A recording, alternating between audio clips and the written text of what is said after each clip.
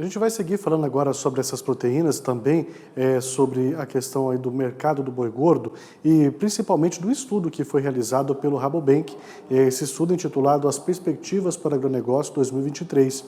Essas são commodities produzidas no Brasil. O nosso assunto agora é sobre as principais proteínas que são produzidas por aqui. Sobre esse assunto eu converso com o analista de proteína animal do Rabobank Brasil, o Wagner Yanagisawa. Olá, Wagner, seja bem-vindo, é uma satisfação te receber aqui no canal AgroMais. Olá, boa tarde, Thiago. Muito obrigado pelo convite. Sempre um prazer estar aqui com vocês. Boa, a satisfação é nossa de te receber mais uma vez, Wagner. Agora, nós estávamos vendo ali um consultor, colega seu aí de profissão, falando também sobre esse mercado do boi gordo. E é justamente sobre ele que eu começo a falar com você então, porque nós estamos vendo uma tendência de aumento na oferta e a retomada do consumo doméstico. Isso explica para o pecuarista, de fato, que ele pode ficar mais tranquilo em relação aí ao ano de 2023? Bom, na nossa visão, principalmente pensando pelo lado da oferta, a gente deve estar vendo um cenário de consolidação nessa questão da inversão do ciclo pecuário. Então, a gente está esperando para o ano que vem um incremento de oferta. E quando a gente olha para o lado da demanda, a gente vê ainda demandas sustentadas, principalmente para o lado da China, que na nossa visão deve arrefecer um pouco, na casa de 5% o volume importado no ano que vem com relação a esse ano, por conta dessa desaceleração econômica, mas mesmo assim o Brasil deve continuar bem posicionado por estar ofertando cortes de carnes mais baratos, então isso realmente ganha um pouco mais de espaço em detrimento dos cortes mais premiums. Porém, na nossa visão, o grande desafio, de fato, vai ser com relação ao mercado doméstico. A gente vê aí o mercado doméstico tentando fazer alguns ensaios, umas tentativas para retomada de consumo. A gente acredita que para o ano que vem, com essa expectativa de maior oferta, a gente deve conseguir retomar um pouco mais de pujança, né, esse consumo doméstico, na casa de 1,5%, né, o consumo per capita no ano que vem com relação a esse ano, né? Então, aumento de produção na nossa visão, na casa de 2%, tanto para atender ao mercado externo, na casa de 1,5%, como também para atender o mercado doméstico e o consumo interno per capita deve aumentar na casa de 1,5% também. Tá certo. Agora, falando de outra proteína, a questão dos suínos, né? Vamos entender então como fica. As exportações para a China devem continuar sustentando a nossa produção aqui no Brasil. A gente sabe que a China é uma das nossas maiores compradoras, mas a gente vai abrir no mercado também para a nossa carne suína com outros países, né? Isso também tende a melhorar muito para os criadores, né, Wagner?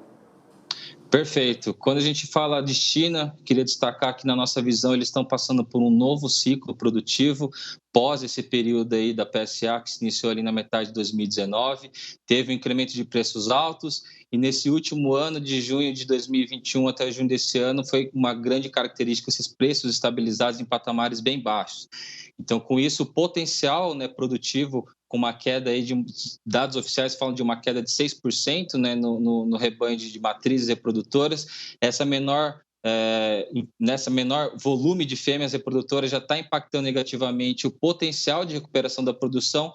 Então, para o ano que vem, a gente acredita que a China deve incrementar com relação a esse ano algo em torno de 5 a 10% no volume importado de carne suína, no geral, que em volume deve traduzir algo em torno de 150 a 300 mil toneladas.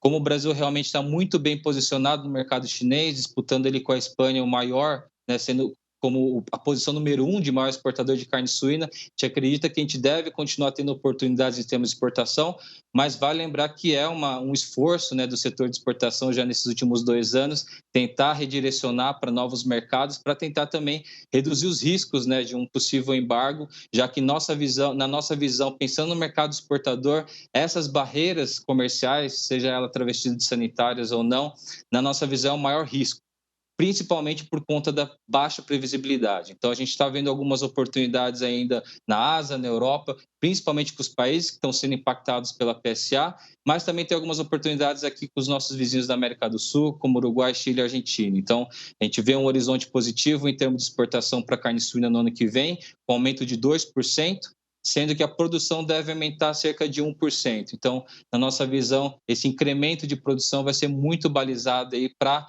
atender essa demanda de mercado externo, não só porque o Brasil tem um potencial produtivo, que tem preços competitivos, mas também pela nossa questão sanitária, que realmente é um ponto muito positivo. A gente está numa bolha aqui sanitária muito interessante, está trazendo vantagem competitiva para a exportação, então deve surgir novas oportunidades no ano que vem em termos de destino e de volume também. Bom, e para a gente encerrar, a outra proteína que nós mais exportamos aqui no Brasil, o frango, né? Essas exportações devem continuar tendo oportunidades. E aí nós temos duas questões que eu gostaria que você comentasse para a gente. A primeira é sobre a questão dos custos de produção. No início do programa nós vimos que os custos estão muito altos aqui no Brasil para se produzir frango.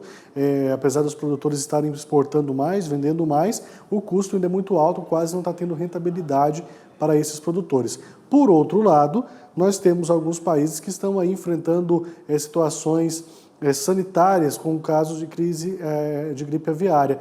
Isso não é bom. A gente também não deve aproveitar das coisas ruins que acontecem com os nossos vizinhos aqui, com os países que compram da gente. Mas para o Brasil pode ser uma boa oportunidade, né, Wagner?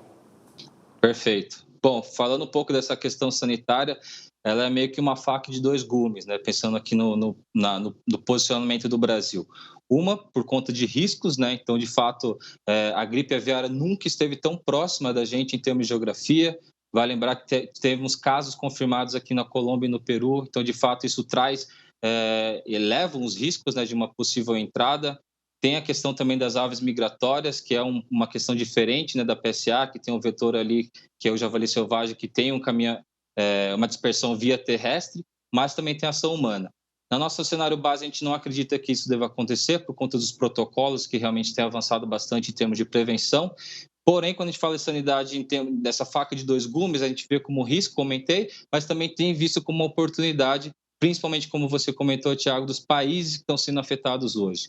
Além dessa questão sanitária, principalmente a Europa está sendo muito impactada em termos de custo de produção por conta de aumentos de energia elétrica, aumento do preço de fertilizantes, aumento no preço da mão de obra. Questões também de bem-estar animal, novos protocolos estão exigindo novos investimentos. Então, de fato, o Brasil, por ser já o maior exportador de carne de frango do mundo, e também com esse potencial de oferta e também com um dos preços mais competitivos do mundo, a gente deve continuar tendo oportunidades em termos não só de novos destinos, mas também com relação ao volume de países que a gente já está incrementando o volume.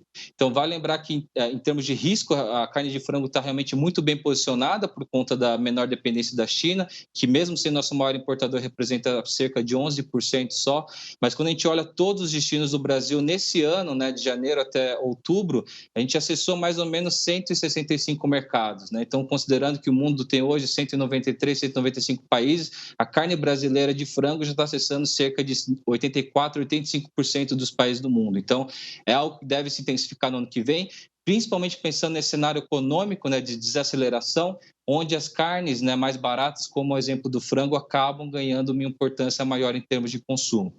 Falando rapidamente em termos de custo de produção, na nossa visão, esses incrementos recordes que a gente viu, principalmente nos primeiros semestres desse ano, impactaram realmente muito severamente as margens do produtor. Na nossa visão, foi patamar recorde em março, na nossa base histórica, o preço da ração. Porém, a gente acredita que para o ano que vem, com essa expectativa de aumentos recordes em termos de produção e produtividade, a gente deve ter uma melhora em termos de estoques globais, deve ter uma maior disponibilidade também de grãos aqui no mercado interno. Então, a gente já está trabalhando com um cenário onde os preços médios da alimentação vão trabalhar com patamares abaixo do que a gente viu esse ano, né? Com os preços sustentados nesses patamares que a gente está atualmente, na nossa visão, que deve se manter para o ano que vem, isso deve favorecer as margens do produtor, mas temos que ficar atentos, sem dúvida, a essa questão do conflito na Rússia e na Ucrânia e as variáveis climáticas, principalmente, porque a gente já viu que no começo desse ano, principalmente na região sul, foi bastante impactado negativamente por conta da seca, né? Tá certo, né, Wagner? Nós vamos seguir acompanhando de perto aí todos os resultados desses estudos que vocês fizeram e também essas situações aí para os nossos produtores. Mais uma vez, muito obrigado pela sua participação. Leva o nosso abraço a todos aí do Rabobank e até uma próxima oportunidade. Eu que agradeço, Thiago, agradeço a atenção de todos e até uma próxima.